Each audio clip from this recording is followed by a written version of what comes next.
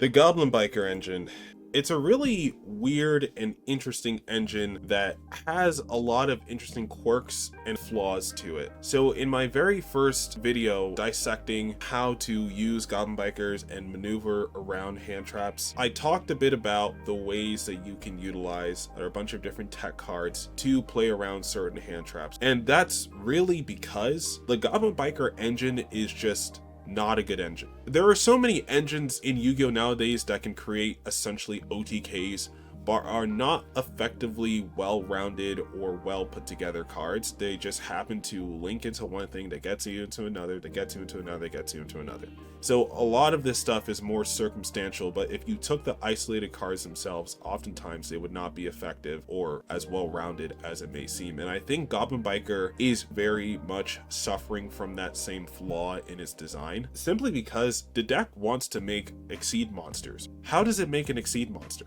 It's like a 10-step process to make an Exceed monster just using Goblin Biker cards by themselves. The deck does not have any sort of circular or Terrortop, nothing that special summons itself from the hand. We have to play all these alternative engines and one-card tech lines because Goblin Bikers are just not good at doing what they're supposed to do. If this deck was more like Bystial and it had cards that actually had inherent summons, at least one, because the Goblin Bikers don't have any within their engine, the deck would be a lot better.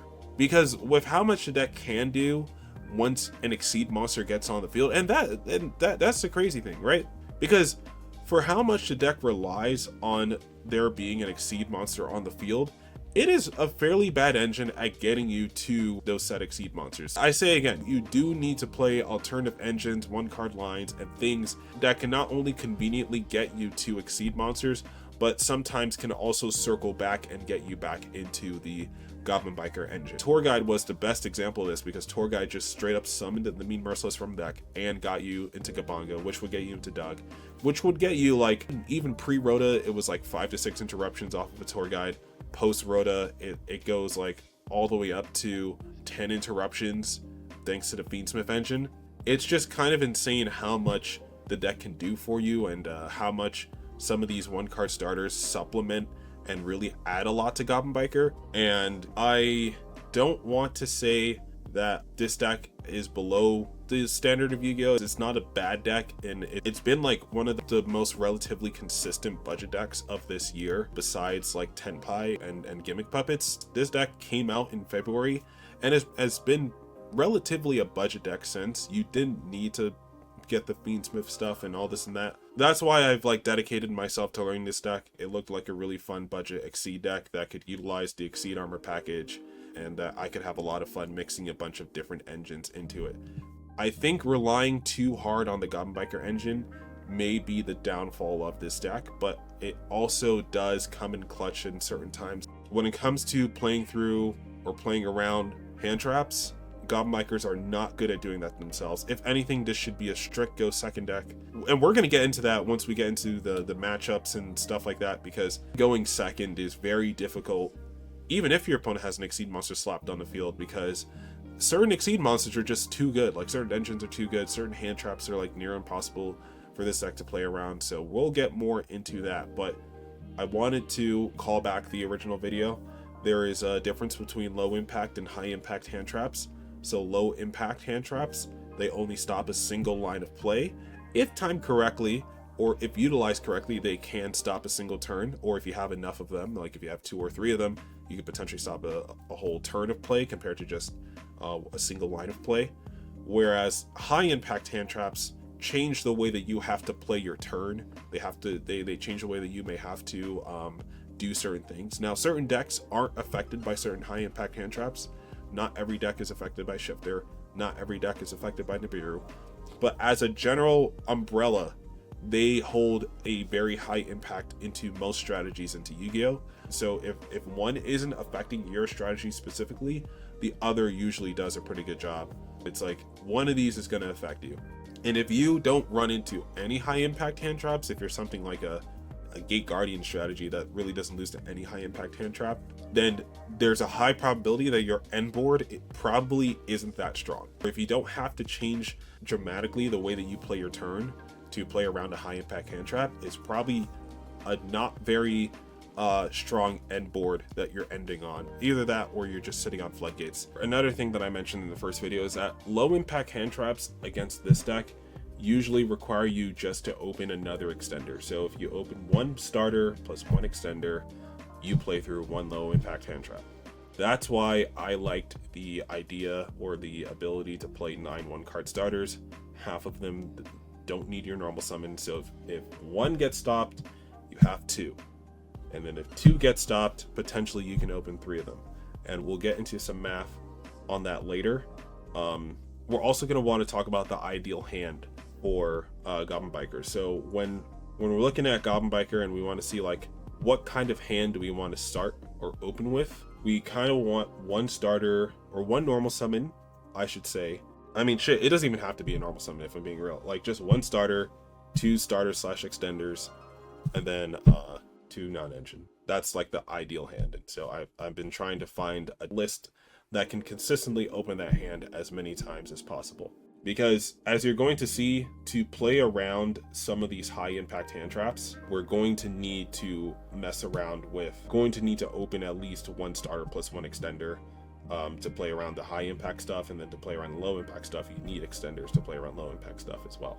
So most of these replays that we're going to be watching today are going to be about high impact hand traps, but I want to show a low impact hand trap that I didn't show before. This is Bystials, right? So normally Bystials should always be saved for the Fiendsmith engine if they can control it. But if they don't know that you're on Fiendsmith, if you start with Goblin Biker Grand Entrance and they don't know that you're on Fiendsmith, then they may preemptively magnum up one of your cards, in which I'll show you how to heavily punish them for using a Bystial on the wrong card, right? So we start entrance, we go into our entrance line, we go Gone Wild into Dugg Charger, Dugg gets us Breakout, Breakout gets us Mean Merciless, go into Gabanga, Gabanga goes for Clatter, go for Exceed Number Fortress to get Mean Merciless in the graveyard, Mean Merciless detach summon, Mean Merciless summon the Clatter, and then here Clatter will target the Gabanga to bring it back to the field. Now at this point, this is a decent point to Bystial, because it's just, they see how much we've gotten off of one card and they're like, okay, maybe I need to stop this so that I can potentially stop whatever else is coming next. But here's the issue with that, is that I'm just gonna extremely hard punish them by going straight into Moon, straight into Requiem, straight into Lacrima, Mill Engraver, and then now they're probably like faceplanting like, holy shit, I shouldn't have done that. And yeah, we can go the Aerial Leader line. We don't even have, like, we could make Desiree, but I think the Aerial Leader line is even funnier because I know some people don't like the Unchained engine, but as you're going to see throughout this video, I think it's way better at playing through or around certain hand traps. And so we end on Dark Knight Lancer with a material. That means that our FAX and our Clatter Splitter in our graveyard will have a material to detach to summon itself back on the opponent's turn, and then we'll have FAX to overlay into Gossip Shadow.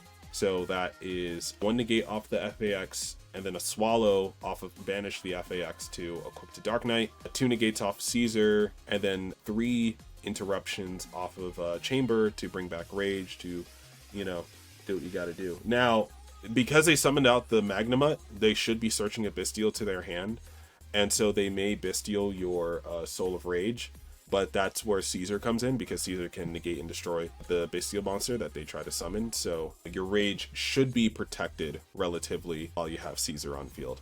So you should still be able to get, what is that? That's 2, 4, that's 7 interruptions total here with follow-up when you summon back the Dugg Charger off of Clatter.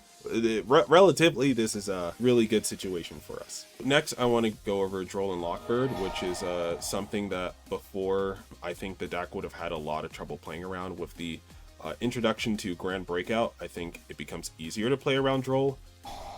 So then we can go Grand Imprisonment. After they Droll, go for Gone Wild. Gone Wild, get us Clatter. Go for Dugg.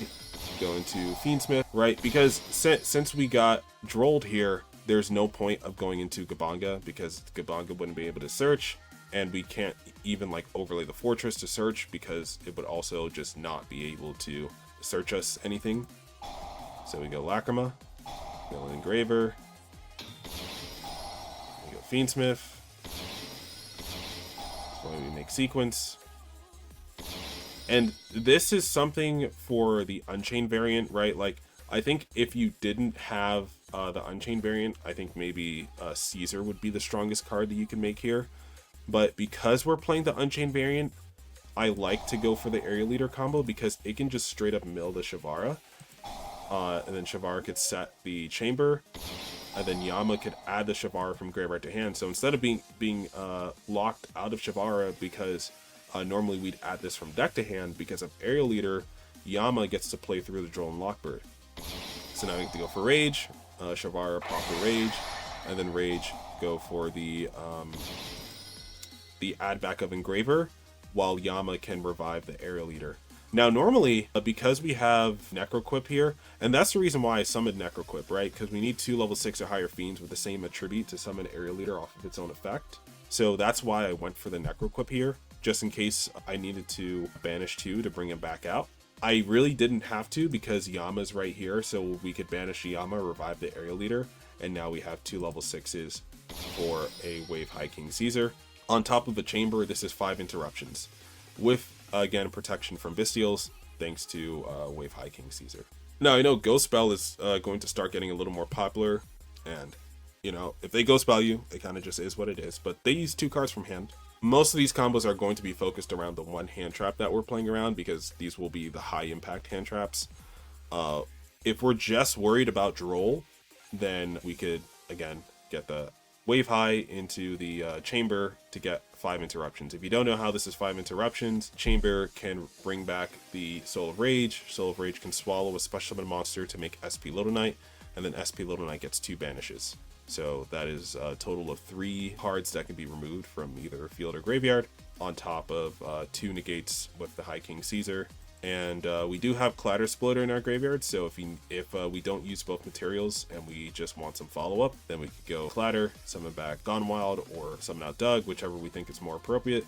And then we can use either Gone Wild summon Dugg, or we can use Dugg to add an entrance or something from deck to hand. On top of the Engraver follow-up, we'll have full Fiendsmith combo next turn, because we can just go for the Tract and Tract into Lurie. I think we're pretty fine.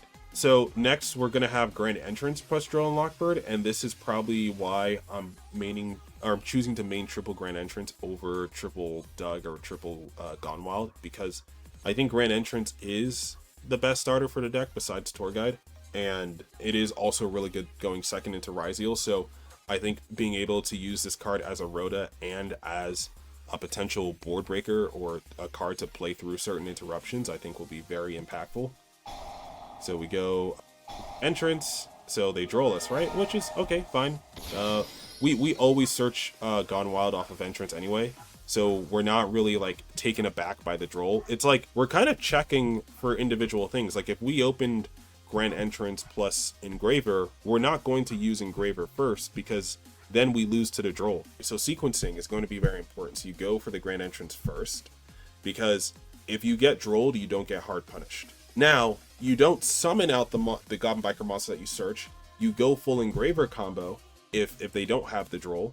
But if they do have the Droll, then you can go through this line. So again, sequencing is very important, and it's going to be like a checklist for certain hand traps. So like Purulia is going to be before your main phase, because they're always going to Purulia in standby or draw phase, just so that they get the draw off your normal summon. Fuwalos is going to be during the main phase, because they don't know if the Fuwalos is worth the risk of talents if you're not going to special summon from the deck or extra deck. Usually special summon from deck or extra deck, you can just chain to a card, get a guaranteed draw.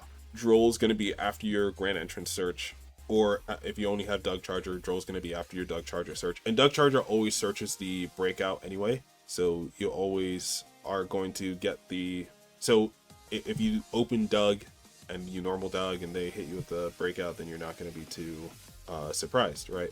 Understanding like which hand traps your opponent should be activating and when will also help you determine the knowledge of what's in your opponent's hand when your opponent is interacting, or while it's your turn and your opponent has the potential to interact with you. So the more that you can kind of like get that checklist in your head, the easier it'll be to play through certain hand traps.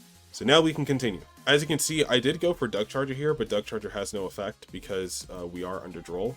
But we go straight into Moon, straight into Requiem, Lacrima, Engraver, Requiem Equip, Necro Equip, Fiendsmith. Now we're going to go for Sequence, Area Leader. Now, again, this was another situation where I could have went for either Desiree or Caesar, but we want to go for the highest amount of interruptions that we can. If they stop us at any point, kind of just is what it is, but just off of Droll, we want to go for the highest. Once they hit you with one high impact hand trap, just go for the highest amount of interactions that you can, and if they have something else for it, it's like they probably were going to win regardless of what you could do anyway. It's a little different going second, because going second is a lot weirder. You have to play into things, whereas going first, it's like, okay, I was never beating Droll plus this anyway, so you probably got it. Like Droll plus Nib, you're probably not beating that, so they probably got it. When they hit you with something high impact and you can't hit your upper limit for combo, you might as well just go all out, right? So go Shavara, Rage, bring back Engraver to hand, Shavara, right, Caesar, and it's the exact same board, but you know, the first combo I showed Dugg Charger, this combo I'm showing Entrance, so you get to the exact same situation if you get drolled on a Entrance or on a Dugg Charger. So next I want to talk about Mochami Purulia, right? So as I just mentioned earlier, Purulia is going to be before your main phase. They're going to Purulia you. And my general rule of thumb for the Mochamis is I don't want to let them draw more than 2 cards. I think 2 cards should be the limit, because it's like the 1 card just replaces the hand trap. The second card gives them a +1. So whatever you're doing, if like you have enough non-engine, because these are all 1 card combos, if you have enough non-engine in your hand plus like 3 to 4 interruptions to stop what your opponent's doing, it could just be enough to still get you that game. As long as we have things like follow-up and all this and that, the opponent starting with 7 cards might not be a big deal depending on what they're on. But if they open Molcharmi into multiple like non-engine evenly or whatever, sure, right? Like they were just a better player if they opened like that kind of crazy shit. But if we're talking like what makes the most logical sense, I think it makes the most sense to not let them draw more than 2 cards.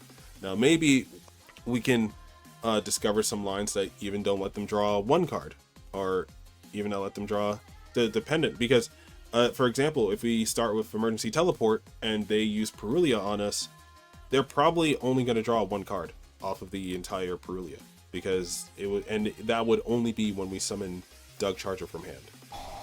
So Gone Wild into Dugg, right? We can search this time, and yeah, you know, Purulia, you always go for Breakout.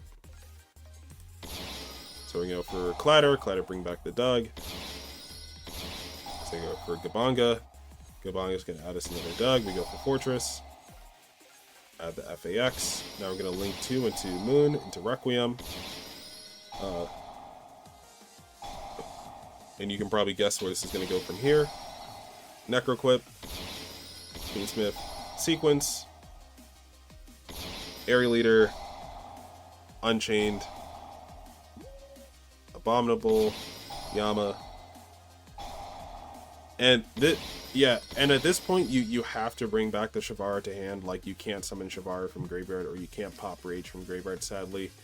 You could play the Blue Dog if you really like, for this particular combo. If you really wanted to play Blue Dog, you could, and that would effectively get you the same situation, but like without having to give them the second draw. But who the fuck's gonna play Blue Dog? Like, come on, you know what I'm saying? So we Red Dog, pop Rage, they draw 1 more, but we get to go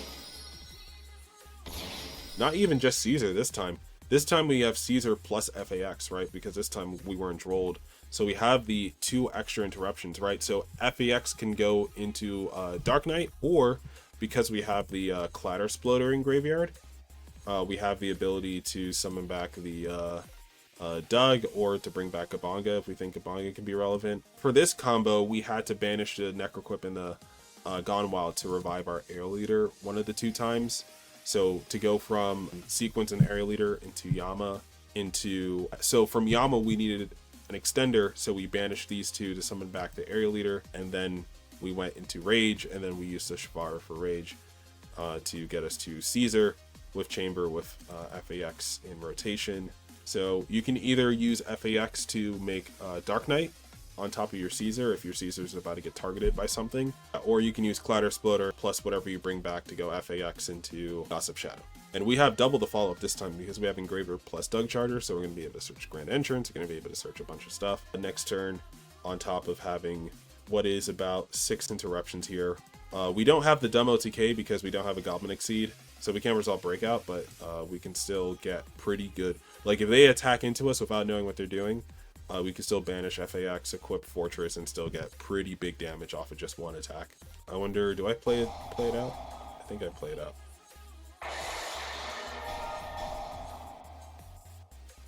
Yeah, okay. I use both Season Negates to go Dark Knight, and then I go Clatter for the follow-up at the end of their main phase. And then, yeah, we get the Swallow, we get the Revive with Rage, so we used it in a way where it was 6 interruptions. So now I want to start showing you guys some lines where maybe it's a little less obvious what you should be doing. So with something like Terrortop, which normally would play pretty bad into Purulia because Terrortop has to summon from hand, I still say, you know, like, hey, what if, you know, we're still opening some of these cards, right? You just go straight into Fiendsmith. You don't just no Goblin Biker Gabanga at all. Just go straight into Fiendsmith. That's really the best thing that you can do. Again, 2 cards is the limit, and once you give them 2 cards with either Molcharmy, you just have to stop summoning from that particular area. So whether it's Fuwalos or whether it's Purulia, Terrortop is your only engine, then you go Caesar. 2 cards, 2 negates. You know what I'm saying? And the final Purulia combo is for Tour Guide, which I know in my build I play Tour Guide as a one of, but in case you guys, it's our best starter. So in case you guys wanted to see what happens if you do open Tour Guide, then here you go. So we go Me Merciless, Gabanga, we go for Dugg, we're gonna give him that second card, and then we're gonna go crazy. Now I know them drawing this many cards, it's going to be very likely that they open more negates, more non-engine, and that's why we go into the Gossip Shadow to kind of keep ourselves protected, just in case. But we have Gabanga on field, we have we have Fiendsmith engine going, we have Necro equip, then we get to go Caesar with a set, and Gabanga can attach Gone Wild on end phase. So that's 2 negates with Caesar, double Swallow, 1 off of Gone Wild, 1 off of Gabanga, and then 1 negate off of Gossip Shadow with a full Armament Exceed that can turn Caesar into Dark Knight Lancer. And also we could go into Crazy Beast as well, actually. I think I'm going to show that here. Let me see. Yeah, so we wait till they get 2 monsters. We go Clatter, bring back the Gone Wild. Gabanga is going to target 1, Gone Wild's going to target their other monster. So both get swallowed, we go for Badass, then we go Lacrima, bring back Requiem Tribute, summon out Fiendsmith, and FAX into Crazy Beast. I know there are other rank 3s that I could have made, but when you guys see my list, you're going to understand. I actually don't play that many rank 3s. We don't even play that many Exceed monsters, if we're being real. And we're kind of just keeping it simple. If we played a second Caesar, we could have made a second Caesar here. But unfortunately, the Goblin Biker, like when you're playing the Unchained stuff, the extra deck space is really tight. When you're not playing the Unchained stuff, it's like relatively kind of freeform what you can do with the extra deck. But when you're playing the Unchained stuff, like your extra deck is really tight. So there's not a lot of room for like unique situational Exceed monsters. You kind of just need the stuff that you need to play, and then everything else is probably not going to be necessary. So again, that's 2 off Caesar, double Swallow, which I showed there, 1 Swallow off Crazy Beast, plus a potential protection from being destroyed by card effects, and a negate off of Gossip Shadow. So that can be 5 or 6 interruptions, and you do have the demo decay, since you do have FAX plus the Grand Breakout and the graveyard. So in this scenario, we're going to start looking through Fuwalos now. And Fuwalos, as I said, they're going to hold the Fuwalos until you start, for when you start playing, just so it can be the most effective. So they're not going to Fuwalos you on your Terrortop. They should Fuwalos you when you summon Takatomborg. I feel like that's the best time to Fuwalos. And then you go Gabanga. They're going to draw one. Gabanga gets you Dugg. Dugg goes for the Grand Entrance here, right? So to not play into Fuwalos, we're not going to go for Breakout. We're going to go Grand Entrance. And here we're going to go for the Xenomorph Fortress. And it's like, isn't this a little preemptive? Because we're giving them the second card and we don't have that much from the extra deck on our field at the moment. And it's like, yeah, maybe. But if we go Entrance, we detach Gabanga, we summon Clatter. Clatter, target the Gabanga, bring it back. And then Xenomorph Fortress, we can go for the FAX. And then end phase Gabanga can attach a Gone Wild. And I know, like, it probably would have been better if we would have made the Gossip Shadow here, just so that we can have both the Swallow off of Dark Knight plus the Gossip Shadow. So I guess making the Gossip Shadow would give you 2 more interruptions here. And I'll let you make that judgment call. If you think them having 8 cards to start is worth the extra 2 interruptions, I mean, go all for it. But my general rule of thumb is not to give them more than 2 draws. If you want to give them 3 draws here, that's your prerogative. But we're just playing through a Fuwalos with just 1 card, assuming the other 4 cards are non-engine, not this Fuwalos, but assuming the other 4 cards in our hand are just non-engine or potential bricks. I don't want to give them too much to deal with if I don't think I can handle it. So in this case, I'm going to prioritize the Bamboozling Gossip Shadow, and then we do have the FAX to protect our monsters in case they were going to be destroyed. We can attach Fortress to either one of them, and then they should be able to protect themselves from there. It's not the best situation to be in if you can Fuwalos a video about recommended non-engine and Goblin Biker, because Droll and Lockbird is going to protect you in situations against the Mulcharmies. If you can Droll them when they draw a card, like even their first card, and then you can play through Droll, you're going to do a lot better. Or if you open a Thrust and they Mulcharmy you, then you can punish them with a Triple Tactics or Sanctum if you're going into... There are multiple ways that you can hit certain decks with certain interruptions. We can get more into that as we go into matchups and all this and that. So now we are going to start to go into the realm of 2-card combos, because Fuwalos is a little too strong for just 1-card combos to deal with him. So we're going to go... Gone Wild, and let's say they use Fuwalos, we can actually just chain our Breakout. Now, as I said, they should be waiting for the main phase to resolve Fuwalos. If they're just going Fuwalos off rip, I mean, that's fine, but you can also just choose like not to play sometimes if you have your own Fuwalos in hand. So sometimes that's a little too risky, right? You want people to commit before you hit them with a Fuwalos. So that's why it's like, you Gone Wild, they use Fuwalos because you're about to summon from deck, then you could chain Breakout to get that summon from deck, or to get a summon from deck without letting them draw a card from it. So we summon out the Sploder without them getting a draw, and then Gone Wild's going to resolve, getting us a Boom Mock here, and then they're going to get a draw off of that. Sploder's going to bring back the Gone Wild. We're going to go into Gabanga, and then we're going to get Dugg here to search a Goblin Biker Spell Trap, and we're going to do something that we don't do normally, which is we're going to use Gabanga on one of our own monsters. So we're going to use Gabanga on the Gone Wild. Now, normally, you can just attach Gone Wild on end phase, but assuming that you may want to keep your second Gone Wild for follow-up, or whatever the case may be, just assuming that you only play one for whatever reason, you can attach the Gone Wild to the Gabanga to have it as an interruption, right? Because we detach the Clatter Splitter, so we're going to have double Swallow off of Gabanga during our next turn. And Dugg Charge is just going to search his pile up. So Supreme Darkness, this is just going to be a Spell and Trap Swallow because you just go Crazy Beast here. Post Supreme Darkness, this could also be the new Kick-Ass Goblin Bikers. We don't know his TCG name yet, but Kick-Ass Goblin Biker would allow us to swallow cards up to the number of Goblin Exceeds that we control as a quick effect, but you have to detach 3. So that's why Gabanga getting all these extra materials could also be helpful for that scenario. And then Pile Up is a graveyard interruption in itself, so it can swallow something from the graveyard after you use it to detach. When you Clatter Sploder, you can just detach the Boom Mock so that you can have an extra layer of interruption, or you can detach the Gone Wild if you need the double And then hopefully you have a card that your opponent sets or something that you can swallow with Crazy Beast, so you can detach the Pileup and the Boom Mock, so that then Pileup can also swallow a card. At most, you're looking at 4 interruptions Droll Molcharmy, but that's still a lot better than nothing. And we do attach an extra card here just so that Crazy Beast has more materials to work with. Let's say that they start their turn, they leave 2 monsters on field. We're going to go for our Clatter, so that we get a double swallow off of Gabanga and off of Gone Wild.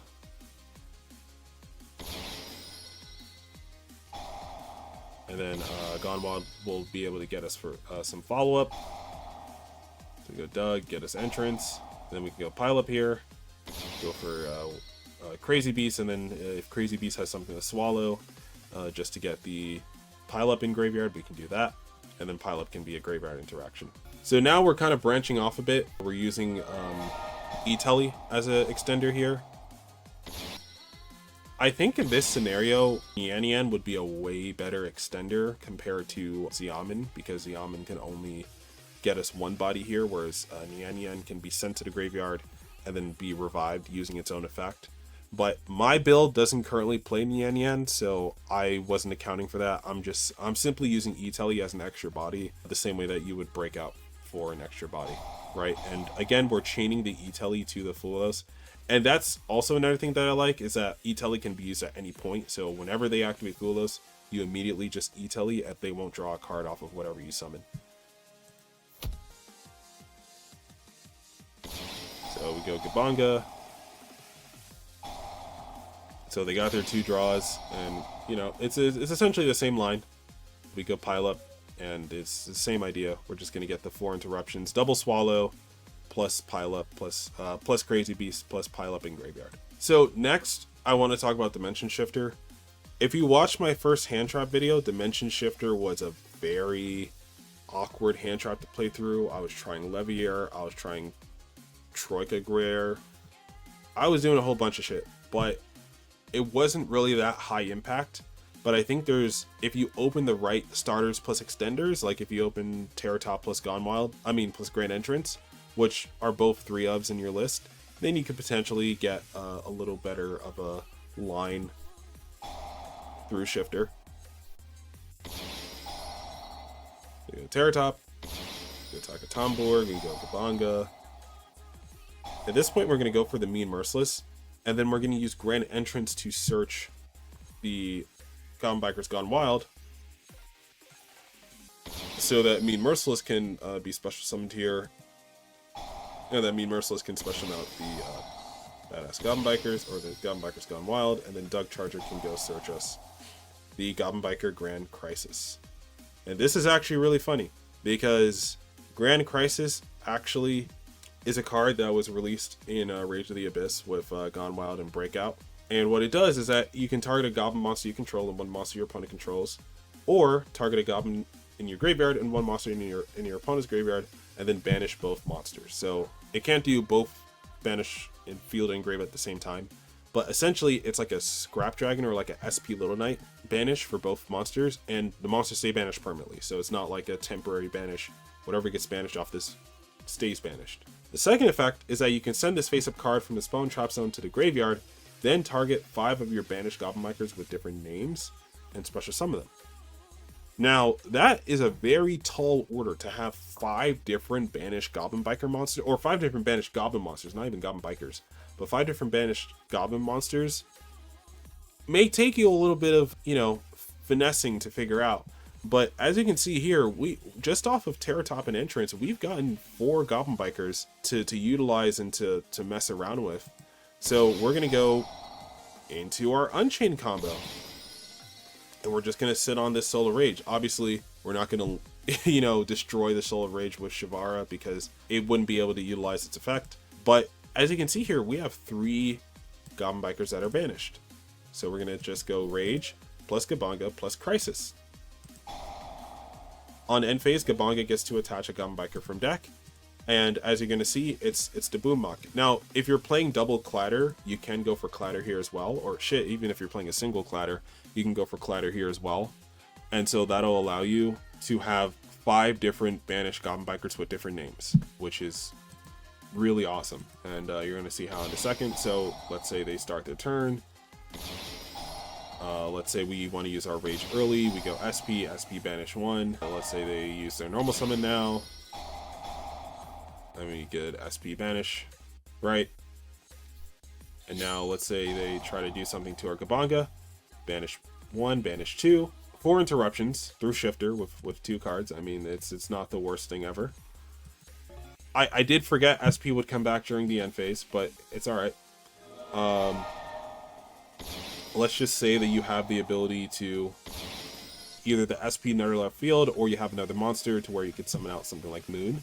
From that point, you can use Grand Crisis, Tribute, summon back all 5.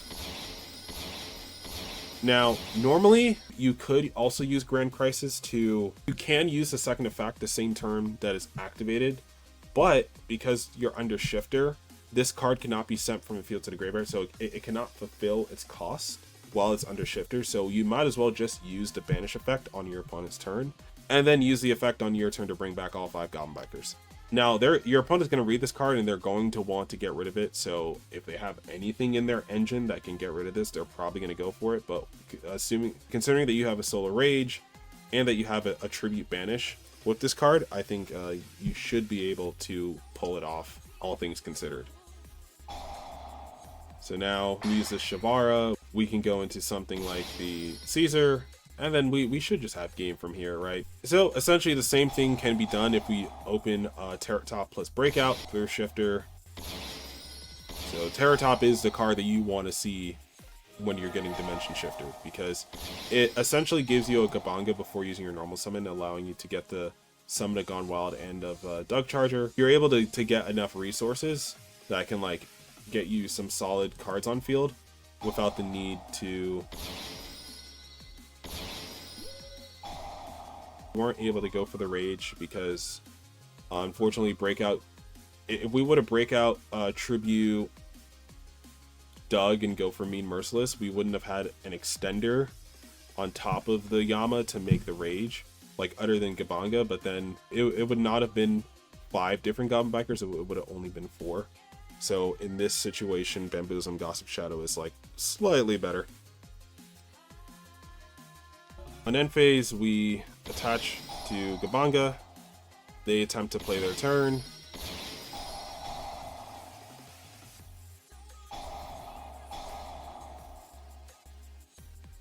And yeah, when you detach off Gossip Shadow, you do have a Swallow with Gabanga.